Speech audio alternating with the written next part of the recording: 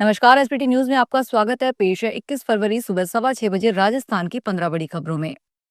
जयपुर में जल महल पर शुक्रवार को भारतीय वायुसेना का एयर शो हुआ। इसमें सूर्य किरण एरोबेटिक्स टीम के 9 विमानों और सारंग टीम के 5 हेलीकॉप्टरों ने आसमान में करतब दिखाए। सबसे पहले सारंग टीम के 5 हेलीकॉप्टर ने नाहरगढ़ बेस से उड़ान भरी। इन हेलीकॉप्टर ने आसमान में आई फॉर्मेशन बनाई। डबल एरो क्रॉस और हार्ड पिचिंग फॉर्मेशन भी आकर्षण का केंद्र रही। सूर्य किरण के 9 विमानों ने तेजस फॉर्मेशन के साथ एंट्री ली। इसके बाद बैरल रोल फॉर्मेशन बनाई। विमानों ने महज 5 मीटर की दूरी पर करीब 1000 फीट की ऊंचाई पर 18 मैन्यूवर पेश किए। राजस्थान सरकार ने विद्युत निगम कर्मचारियों की वर्षों पुरानी तबादला समस्या पर बड़ा और अहम फैसला लेते हुए नई पहल की घोषणा कर दी है। ऊर्जा राज्य मंत्री हीरालाल नागर ने विधानसभा में स्पष्ट किया है कि कर्मचारियों की लंबित स्थानांतरण मांगों को गंभीरता से लेते हुए एक उच्च स्तरीय समिति गठित की जाएगी, जो पूरी प्रक्रिया की समीक्षा कर ठोस समाधान सुझाएगी। सरकार का कहना है कि नई समिति न सिर्फ नियमों की बाधाओं को समझेगी, बल्कि कर्मचारियों के पारिवारिक और सामाजिक पहलुओं को भी ध्यान में रखकर मानवीय दृष्टिकोण से निर्णय लेगी। इससे पारदर्शिता बढ़ेगी और तबादलों में निष्पक्षता सुनिश्चित होगी। स्टाम्प पेपर की बिक्री से राजस्थान में सरकार की अच्छी कमाई हो रही है। पिछले 5 साल में स्टाम्प पेपर की बिक्री और रजिस्ट्री की फीस से सरकार को मिलने वाली इनकम 2 गुनी से ज्यादा हो गई है।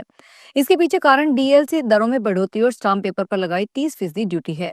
मुद्रांक एवं पंजीयन विभाग की एक रिपोर्ट देखें तो राज्य सरकार को स्टाम्प पेपर की बिक्री और अचल संपत्तियों के खरीद बेचान डॉक्यूमेंट के रजिस्ट्रेशन से अब तक करीब 10,633 करोड़ रुपए से ज्यादा का रेवेन्यू मिल चुका है।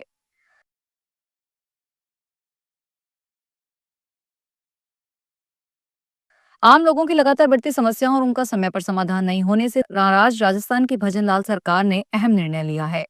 प्रदेश के 35 सीनियर आईएएस अफसरों की राजस्थान संपर्क हेल्पलाइन पर ड्यूटी लगाई गई है। ये अधिकारी सेक्रेटरी से लेकर एसीएस रैंक के हैं। सभी अफसर अलग अलग दिन सचिवालय स्थित 181 कॉल सेंटर पर बैठेंगे और अफसर रोज कम से कम 10 कॉल रिसीव करके आम जन की समस्याएं सुनेंगे। यथासंभव उनका मौके पर समाधान करेंगे। मुख्य सचिव वी श्रीनिवासन ने शुक्रवार को इसका आदेश जारी किया।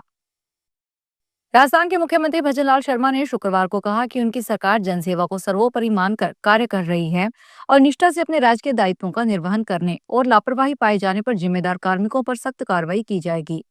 शर्मा मुख्यमंत्री कार्यालय में राज्य उन्नति की बैठक को वीसी के माध्यम से संबोधित कर रहे थे।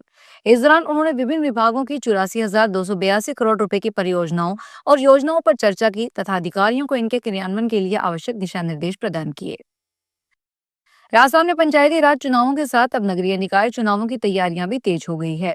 राज्य निर्वाचन आयोग की ओर से जारी वोटर लिस्ट तैयार करने के कार्यक्रम ने चुनाव की टाइमलाइन को लेकर नई तस्वीर सामने रख दी है। राज्य निर्वाचन आयोग द्वारा 196 नगरीय निकायों में वोटर लिस्ट तैयार करने का शेड्यूल जारी किया गया है, जिसके अनुसार ड्राफ्ट वोटर लिस्ट 24 मार्च को प्रकाशित की जाएगी, जबकि फाइनल सूची 22 अप्रैल तक जारी होगी। यानी साफ है कि वोटर लिस्ट के अंतिम प्रकाशन की प्रक्रिया ही 22 अप्रैल तक पूरी होगी। ऐसे में अप्रैल माह के भीतर निकाय चुनाव करवाना व्यवहारिक रूप से मुश्किल माना जा रहा है।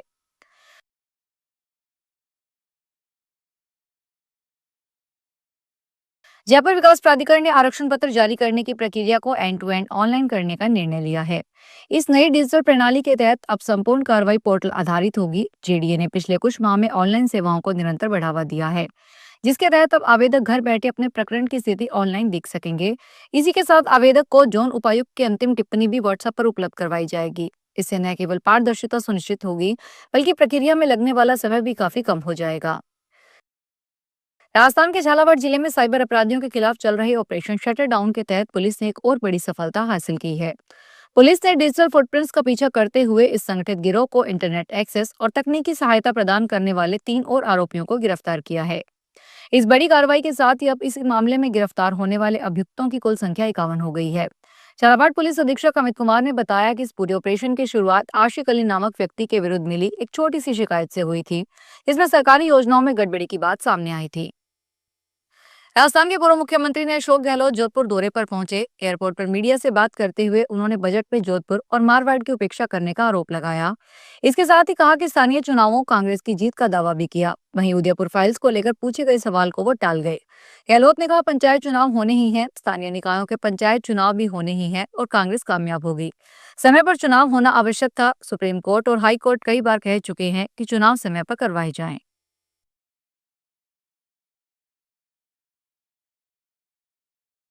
राजसमंद के प्रसिद्ध धार्मिक धाम चारभुजा धाम मंदिर में शुक्रवार को आज मासिक ग्वाल झांकी के विशेष दर्शन श्रद्धालुओं के लिए खोले गए।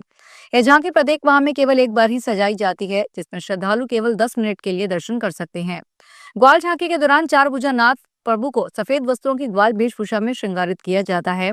इस झांकी की सबसे बड़ी विशेषता यह होती है कि प्रभु के समक्ष सामान्य रूप से रखी जाने वाली ढाल और तलवार के स्थान पर केवल सोने की छड़ी विराजमान होती है, जिसे ग्वाल स्वरूप को प्रतीक माना जाता है।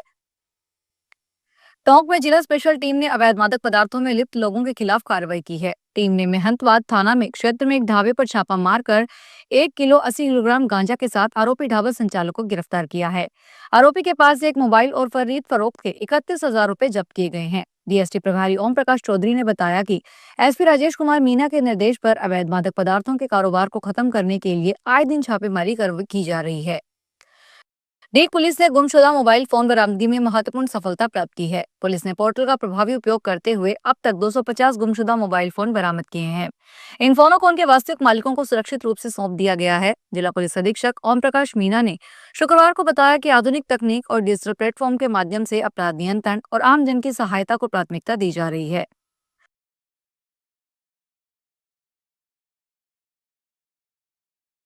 विश्व प्रसिद्ध खाटू श्याम जी का वार्षिक फाल्गुनी लक्खी मेला 21 फरवरी से शुरू होगा। खाटू श्याम जी के फाल्गुन मेले में इस बार करीब 30 लाख से ज्यादा श्रद्धालुओं के पहुंचने की संभावना है। रिंगा से खाटू तक नो व्हीकल जोन बनाया गया है। खाटू पैदल आने वाले श्रद्धालुओं की सहूलियत को देखते हुए नो व्हीकल जोन बनाया गया है। जिला कलेक्टर मुकुल शर्मा ने मेले के लिए 21 से 28 फरवरी तक 9 सेक्टर मजिस्ट्रेट की ड्यूटी लगाई है। ये सभी सेक्टर मजिस्ट्रेट 2 पारियों में सुबह 10 से रात 10 बजे तक और रात 10 बजे से सुबह 10 बजे तक ड्यूटी करेंगे। बीकानेर के रिडमलसर चौराहे पर तेज रफ्तार ट्रेलर ने पिकअप को टक्कर मार दी। वह करीब 30 मीटर तक घसीटते हुए सड़क किनारे बनी दुकान के अंदर ले गया।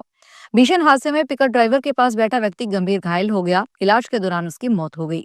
हादसा जयनारायण व्यास कॉलोनी थाना क्षेत्र के रिडमलसर चौराहे पर गुरुवार दोपहर करीब 2:40 पर हुआ। शुक्रवार की शाम को घटना का सीसीटीवी वीडियो भी सामने आया, जिसमें पूरी घटना दिखाई दे रही है। प्रतापगढ़ में शुक्रवार को खाद्य सुरक्षा विभाग की टीम ने बस स्टैंड स्थित एक चाट सेंटर पर कार्रवाई की। इस दौरान जिला कलेक्टर डॉक्टर अंजलि राजौरिया के निर्देशन और मुख्य स्वास्थ्य अधिकारी डॉक्टर जीवराज मीना के मार्गदर्शन पर टीम ने निरीक्षण कर खाद्य सामग्री के नमूने लिए। खाद्य सुरक्षा अधिकारी सुनील पामेचा ने बताया कि टीम ने दुकान पर उपलब्ध तेल, कचौरी और मूंग दाल के नमूने एकत्रित किए, जिनको जांच के लिए लैब भेजा गया है। यह कार्रवाई राज्य सरकार के शुद्ध आहार मिलावट पर वार अभियान के तहत की गई। इसका उद्देश्य शहर में मिलावटखोरी पर सख्ती से नियंत्रण स्थापित करना है। तो ये थी राजस्थान की 15 बड़ी खबरें। अगर आपको हमारा बुलेटिन पसंद आया हो तो वीडियो को लाइक करें, अपने दोस्तों से शेयर करें और चैनल को सब्सक्राइब करना ना भूलें। फिर मिलेंगे नई खबरों के साथ। धन्यवाद।